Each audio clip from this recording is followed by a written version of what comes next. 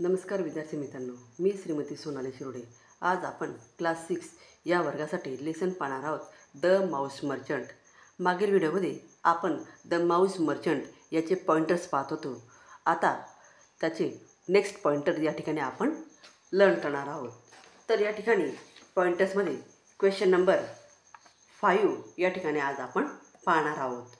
Present the story of Somdatta in the form of a flowchart that shows his progress।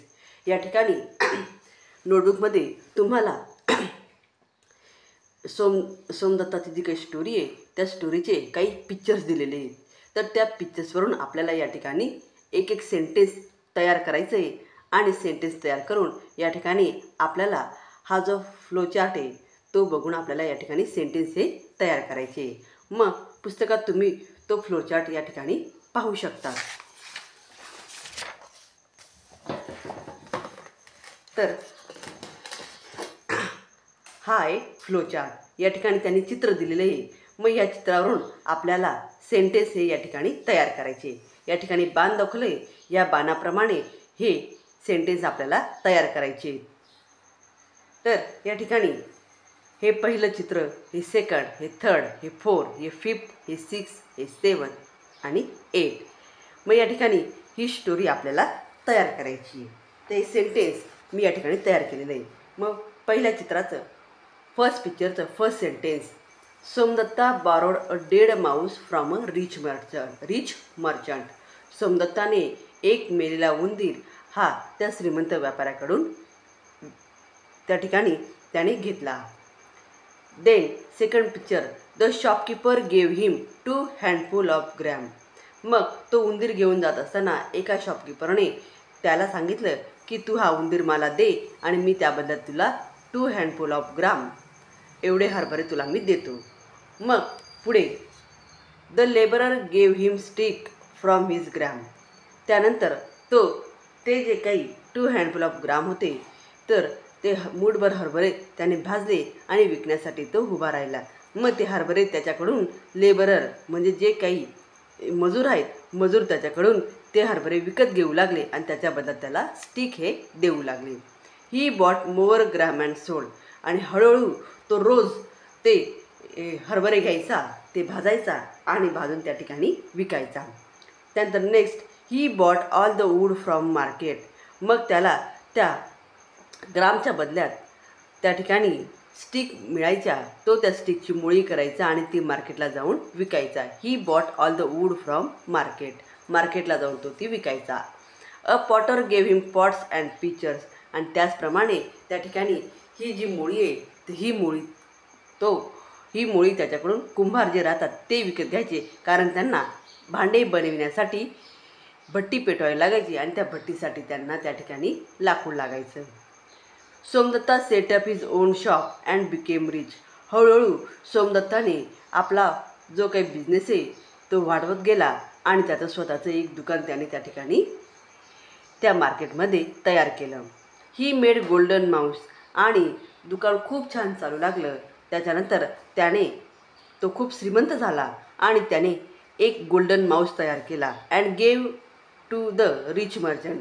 आणि ज्या rich मर्चंटने त्याला मेलेला उंदीर दिला होता त्याच रिच मर्चंटकडे गेला आणि त्याने त्या मेलेल्या उंदराच्या बदल्यात एक सोन्याचा उंदीर हा त्याला परत केला। अशा प्रकारे या प्रत्येक चित्रावरून एक एक सेंटेन्स या ठिकाणी तयार करायचं आहे। तर या ठिकाणी हे सेंटेन्स या ठिकाणी आपण तयार केलेले आहे। त्यानंतर नेक्स्ट क्वेश्चन आहे, use any one of the following as the starting point. खाली काही पॉईंट दिलेले आहेत and build a story on what happen after words. तर या ठिकाणी एक सेंटेन्स वाचायचे आणि त्या सेंटेन्सवरून आपल्या मनाने आपल्याला स्टोरी ही तयार करायची। You may present your story in the form at a flowchart. मग तुम्ही ती स्टोरी तयार करण्यासाठी फ्लोचार्टचा यूज करू शकतात। द मेन पॉईंट किंवा मेन पॉईंट्स लिहू शकतात। A few picture with labels and pitches, किंवा काही चित्र तयार करून त्या ठिकाणी त्या चित्रांचे क्रमही त्या ठिकाणी तुम्ही लावू शकतात।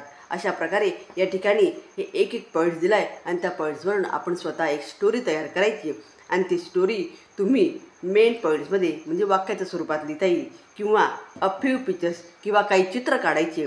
जसे आपण मागील क्वेश्चनमध्ये बघितलं होतं की या ठिकाणी हे चित्र दिलेले, अशा चित्राच्या स्वरूपातही तुम्ही या ठिकाणी त्या सेंटेन्सची स्टोरी ही बनवू शकता.